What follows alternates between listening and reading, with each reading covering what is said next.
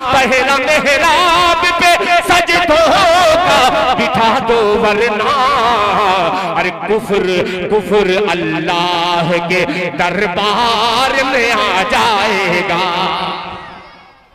قوت عشق سے ہر پست کو بالا کر دے، دہر میں اس میں محمد سے اجالا کر دے۔ جناب محمد قاسم صاحب جہاں گنجوی بارگاہ رسالت مآب صلی اللہ علیہ وسلم میں نعت پاک کا نذرانہ پیش کرنے کی سعادت سے بہرہ ہو رہے تھے اور ہم سب بھی مستفید ہو رہے تھے۔ نعت نبی کریم صلی اللہ علیہ وسلم معیار کے ساتھ لکھی جائیں، پڑھی جائیں، سنی جائیں تو اس کا ایک خاطر خواہ اور بہت اچھا فائدہ پہنچتا ہے۔ حضرات حاضرین، آج کا یہ عظیم الشان تاریخ ساز اجلاس عام عیدگاہ عائشہ نئی عیدگاہ کے ایک خاص تقاضے پر منعقد ہوا ہے، اور وہ تقاضا مجھ سے بہتر آپ جانتے ہیں۔ انشاءاللہ العزیز اللہ کی ذات سے مجھے امید ہے کہ ہم پوری کوشش کریں گے کہ اس تقاضے کو پورا کر سکیں۔ لہذا آپ حضرات پروانہ وار تشریف لائیے، بہت وسیع و عریض صحن ہے، میدان ہے، جلسہ گاہ ہے، تشریف رکھیں اور خوشگوار موسم بھی ہے۔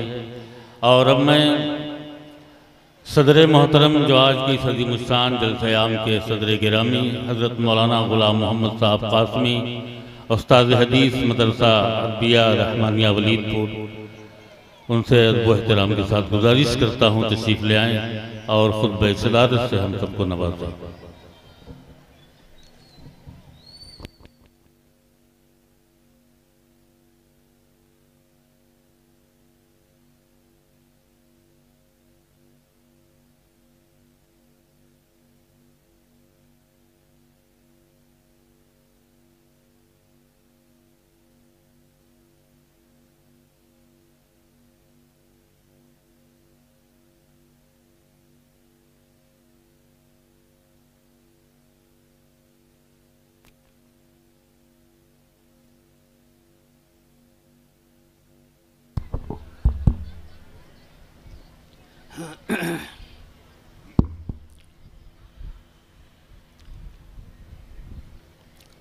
بسم اللہ الرحمن الرحیم، الحمدللہ رب العالمین، والصلاة والسلام علی رسولہ الکریم وعلی آلہ واصحابہ الذین هم خلاصة العرب العربا وخیر الخلائق بعد الانبیاء، اما بعد۔ اعوذ باللہ من الشیطان الرجیم، بسم اللہ الرحمن الرحیم۔ یا ایہا الذین آمنوا لا تلہکم اموالکم ولا اولادکم عن ذکر اللہ ومن یفعل ذلک فاولئک هم الخاسرون وانفقوا مما رزقناکم من قبل ان یاتی احدکم الموت فیقول رب لولا اخرتنی الى اجل قریب فاصدق واکن من الصالحین۔ صدق اللہ العظیم۔ محترم دوستو، بزرگوں، سب سے پہلے میں گزارش کروں گا کہ جو لوگ کھڑے ہیں، جو نوجوان، جو حضرات کھڑے ہیں، وہ بیٹھنے کی کوشش کریں۔ مسلمانوں کی یہ شان نہیں ہے۔ مسلمان کے معنی ہی آتے ہیں ماننا، مگر میں نے دیکھا کہ قرآن کی تلاوت ہو رہی تھی مگر ہمارے نوجوان کھڑے تھے اور اب بھی کھڑے ہیں، یعنی ان کو جو ہے ماننا نہیں ہے۔ وہ مشاعرہ کی طرح سے مشاعرہ بعد میں ہوگا، کم سے کم اب تو جو ہے بیٹھ جائیں اور کچھ باتیں سن لیں۔ اسٹیج پر بیٹھے معزز علماء کرام اور حاضرین جلسہ، ماں اور بہنوں، میں نے جو آیت تلاوت کی ہے اس کا ترجمہ سنا دینا چاہتا ہوں۔ وقت مجھے کم دیا گیا ہے، میں چاہتا ہوں کہ بتا دوں۔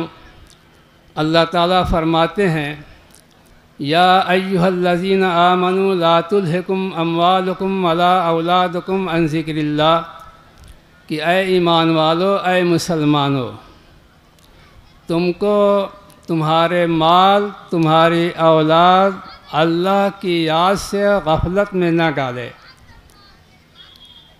اموالکم ولا اولادکم کہا گیا ہے، تمہارے مال اور تمہاری اولاد تم کو اللہ کی یاد سے، اللہ کے ذکر سے غفلت میں نہ ڈالے۔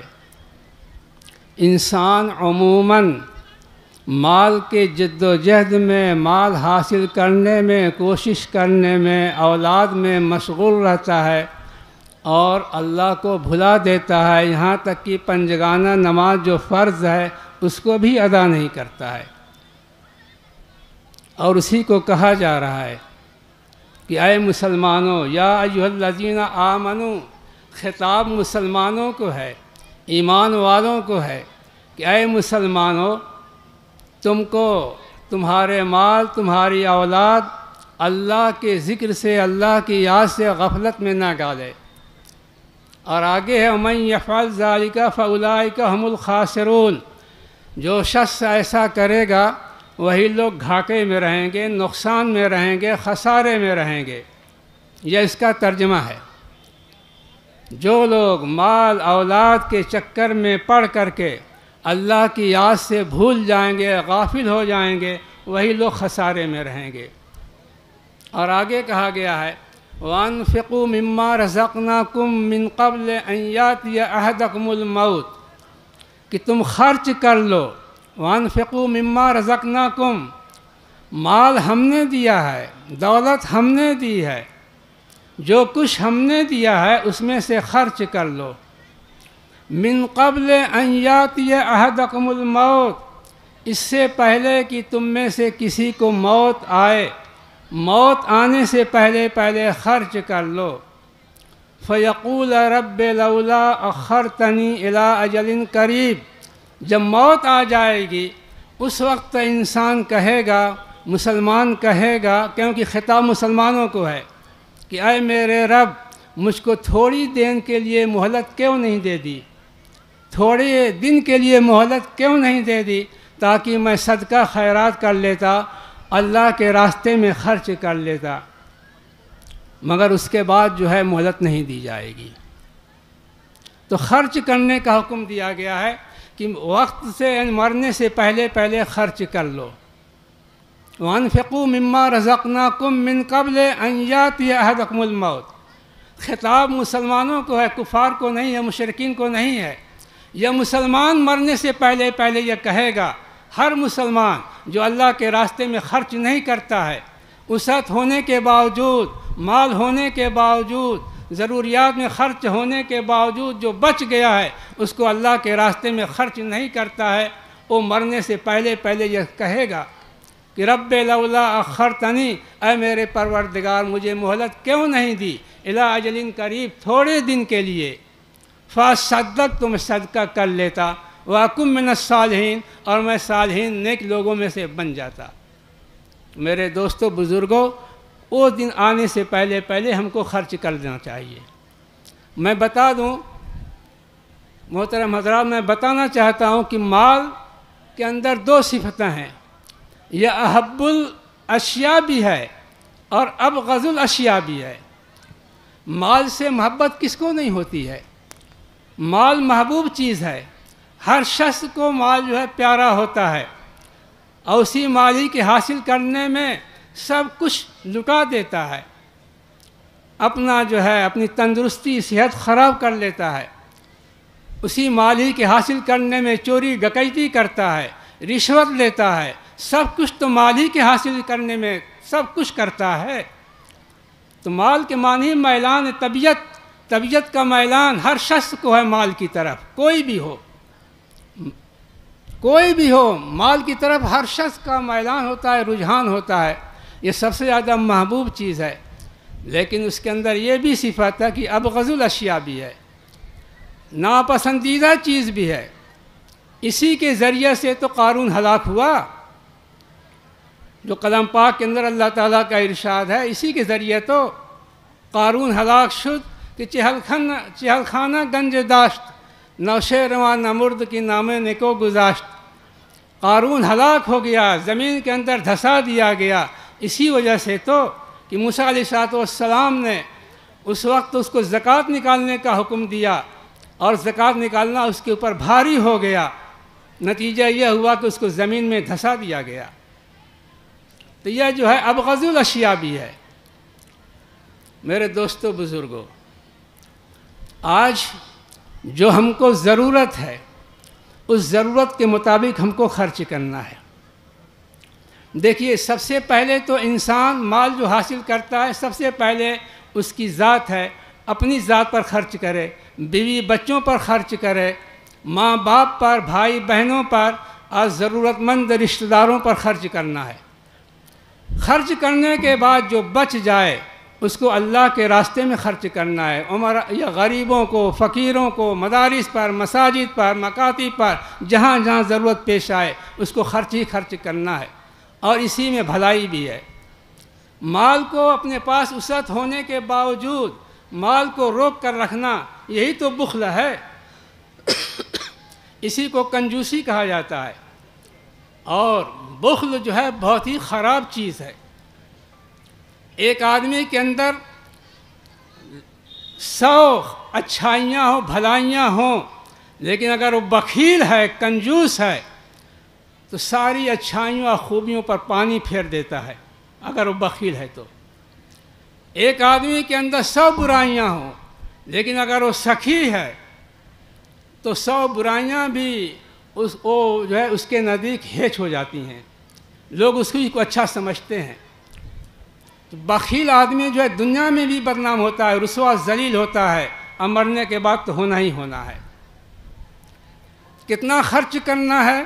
جتنا بھی ضروریات سے بچ جائے اس کو خرچ کرنے کا حکم دیا گیا ہے، ضروریات سے جو بھی بچ جائے۔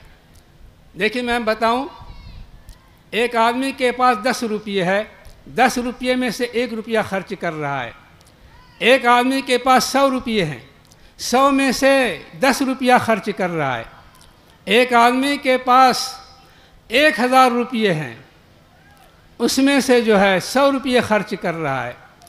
ایک آدمی کے پاس 1 لاکھ روپیہ ہے، اس میں سے 10,000 روپیہ خرچ کر رہا ہے۔ یہ سب کے سب برابر ہیں، یہ سب کے سب برابر ہیں۔ ایک آدمی جس کے پاس صرف 10 ہی روپیہ ہے، وہ 1 روپیہ خرچ کر رہا ہے، 10واں حصہ۔ ایک آدمی کے پاس 100 روپیہ ہے، وہ 10 روپیہ خرچ کر رہا ہے، یہ بھی 10واں حصہ ہوا۔ ایک آدمی کے پاس 1 لاکھ روپیہ ہے، وہ 10,000 روپیہ خرچ کر رہا ہے، یہ بھی برابر ہوا، 10واں حصہ یہ بھی ہوا۔ ثواب کے اعتبار سے سب برابر ہیں، ثواب کے اعتبار سے یہ سب برابر ہوئے، کیونکہ جس کے پاس جتنی وسعت ہے، جتنا مال ہے، اسی کے اعتبار سے خرچ کیا۔ اب جس کے پاس 10,000 روپیہ ہے، وہ دیکھے کہ ایک آدمی کے پاس 100 روپیہ 10 ہی روپیہ دیا، تو وہ بھی سوچے کہ میں ہی 10 ہی روپیہ دوں یا کچھ بڑھا کر کے دے دوں، تب ظاہر بات ہے کہ وہ بخیل ہوا۔ اس کے پاس 10,000 روپیہ ہے تو اسی حساب سے دینا چاہیے، من نہیں دے رہا ہے۔ ایک آدمی کے پاس 1 لاکھ روپیہ ہے، مالدار ہے، دولت مند ہے، اب وہ جو ہے اس کو کم سے کم 1 لاکھ میں سے 10,000 دینا چاہیے، تب 10 روپیے والے کے برابر ہوگا جس نے 1 روپیہ دیا ہے۔ جس کے پاس صرف 10 روپیہ ہے، انہوں نے 1 روپیہ دیا ہے، اور جس کے پاس 1 لاکھ روپیہ ہے وہ 10,000 دے گا، تب برابر ہوں گے، نہیں برابر نہیں ہوں گے۔ یہ اصول و ضابطہ ہے، ثواب کے اعتبار سے سب برابر ہوئے۔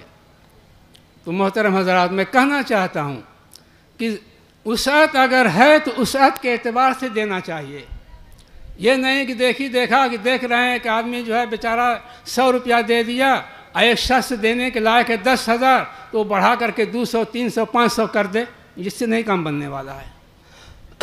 اور عام طور سے یہ ہوتا ہے، مالدار لوگ اپنی حیثیت نہیں دیکھتے ہیں، صاحب وسعت جو ہوتے اپنی حیثیت نہیں دیکھتے ہیں، وہ دوسروں کو دیکھ کر کے دیتے ہیں کہ دوسرے نے اتنا دیا، 500 دیا، تو ہم بھی 500 کے بجائے 1,000 دیں گے، حالانکہ وہ 10,000 دینے کے لائق ہیں، 20,000 دینے کے لائق ہیں، مگر وہ دوسروں کو دیکھ کر کے ایک نے 500 دیا تو انہوں نے 1,000 دے دیا، سمجھے کہ ہم تو اس سے زیادہ دے دیے۔ کہاں زیادہ دیا؟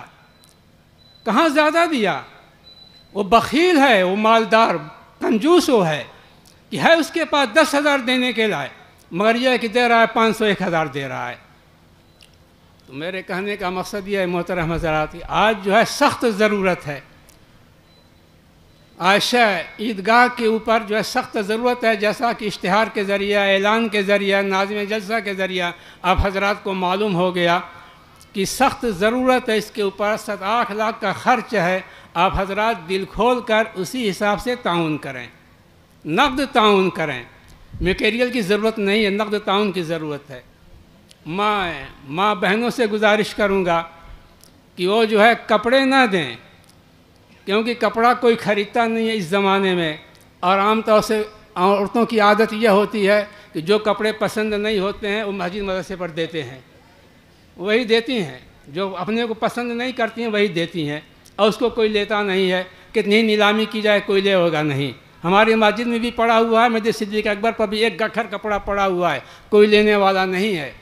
اس لیے میں اپنی ماؤں بہنوں سے یہ گزارش کروں گا، ان کو دینا ہو تو زیورات دیں، نقد پیسے دیں، زیورات دیں، اس کی قدر ہوگی۔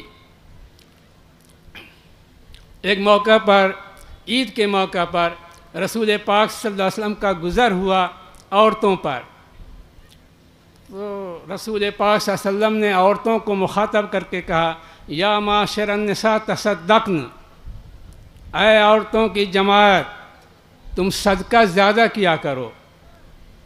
مائیں بہنیں غور سے سن لیں، یہ حضور کا ارشاد ہے۔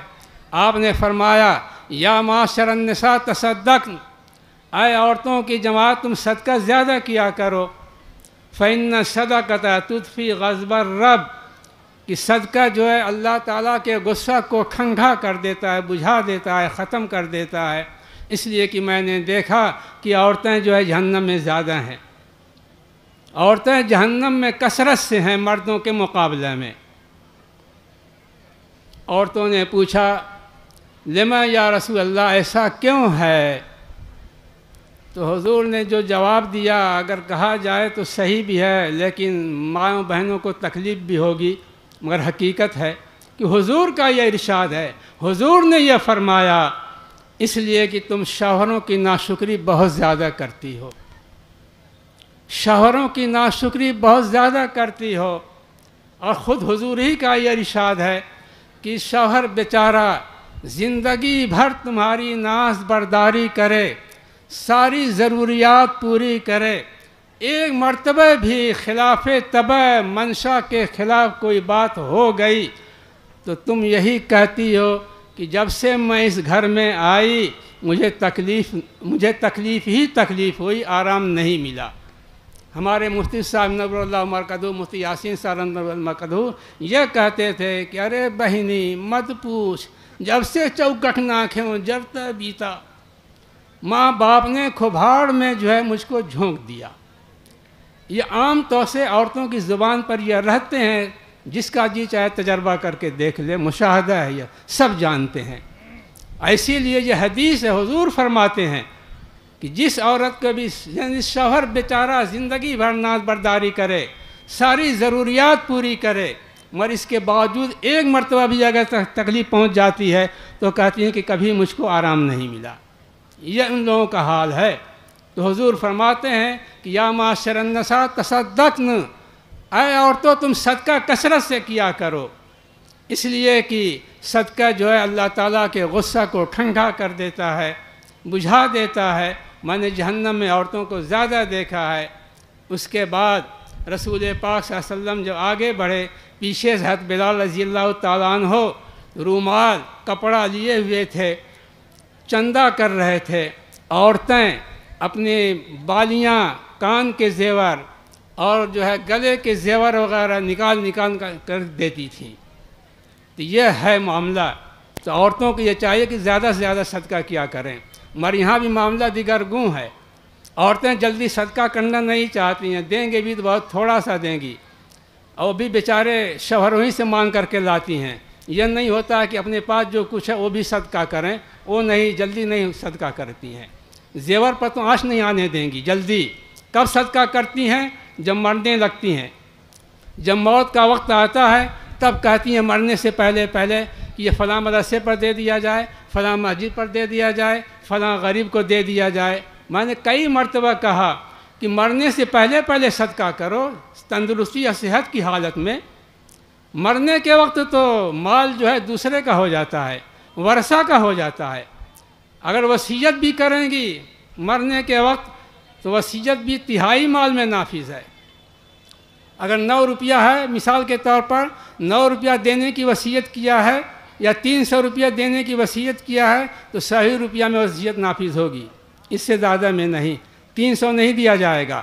اگر 300 اگر کسی نے دے بھی دیا اس کی طرف سے وہ گنہگار بھی ہوگا۔